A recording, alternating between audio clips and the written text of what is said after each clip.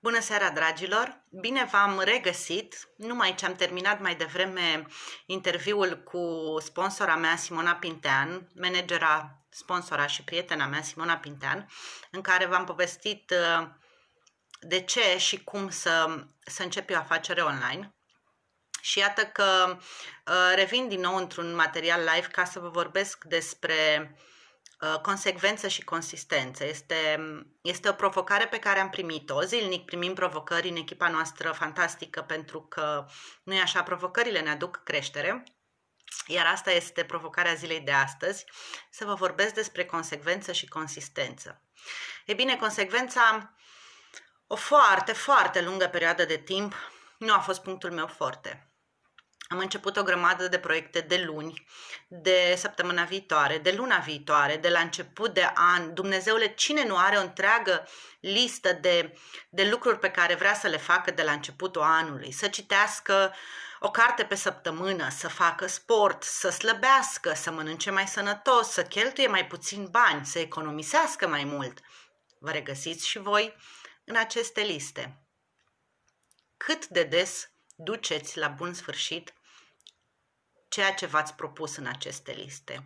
Cât de des faceți sport tot anul? Cât de des citiți o carte pe săptămână, timp de 52 de săptămâni?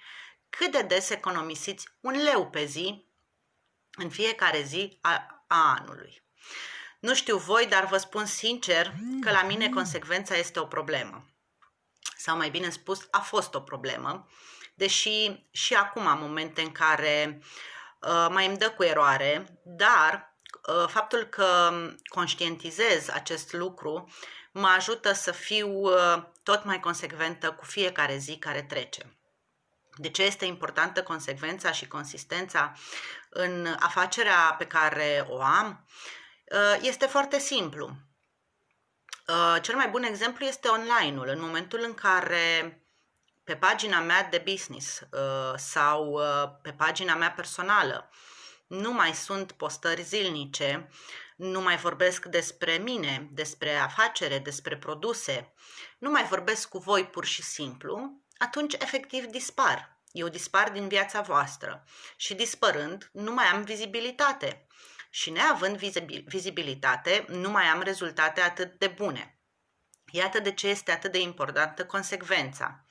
Și m-am luptat foarte tare ca să fiu confortabil cu această consecvență. Pentru a fi consecventă am ieșit, sincer vă spun, din zona mea de confort, pentru că mi se părea foarte ușor să zic, ok, nu am făcut asta astăzi, pot să o fac și mâine.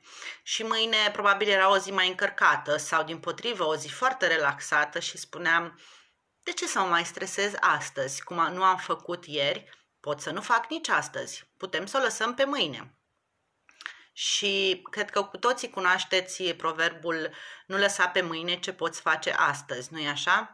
Ei bine, contează. Am învățat să mă organizez mai bine, am învățat că atunci când vin în fața voastră, fie că este printr-un live sau este într-o postare scrisă, să vin cu ceva consistent, cu descrierea unui produs, cu descrierea oportunității de business, cu provocările pe care le primim în fiecare zi și care ne oferă creștere.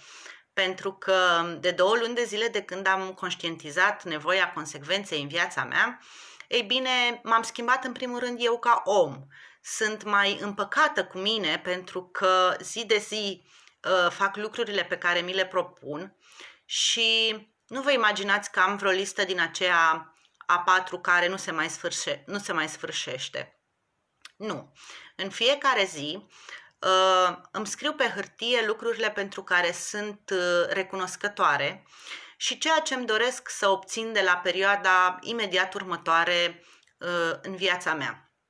Și atunci, după ce termin aceste lucruri pe care mai nou le fac zilnic pentru că am o stare de neliniște dacă seara mă pun la somn și nu am fost consecventă și nu mi-am scris setarea și recunoștința, deci chiar dacă o fac seara, chiar o fac, ei bine, după ce îmi fac setarea și recunoștința, în funcție de momentul zilei în care o fac, automat sub ea, cu liniuță, vor fi câteva task-uri pe care le am fie în ziua respectivă, dacă mi-am făcut setarea de dimineață, fie a doua zi, dacă mi-am făcut setarea seara. Și vreau să vă spun că faptul că îmi scriu aceste lucruri în fiecare zi au făcut diferența. Pentru că a doua zi, când revin la agenda mea și mă uit la lista mea și văd ce am realizat și ce nu din ea, și nu mă mai frustrez de lucrurile nerealizate, dimpotrivă mă bucur de ceea ce am realizat. Chiar dacă sunt, de exemplu, din 6 lucruri de făcut, chiar dacă am făcut doar 2, nu mă frustrez că nu le-am făcut pe celelalte 4, mă bucur foarte, foarte mult că le-am făcut pe acelea 2. Înseamnă că este încă o zi în care am realizat ceva din ceea ce mi-am propus și nu am fost total dezorganizată.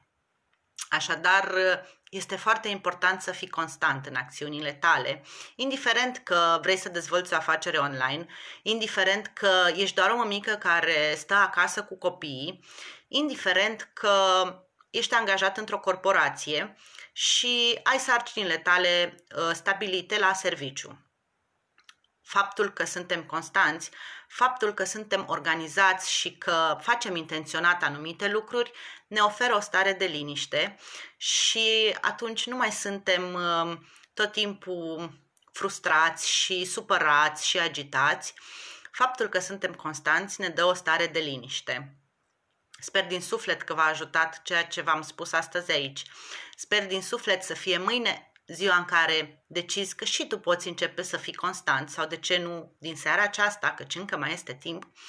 Sper din suflet că sunt aici ca să vă inspir prin exemplul meu.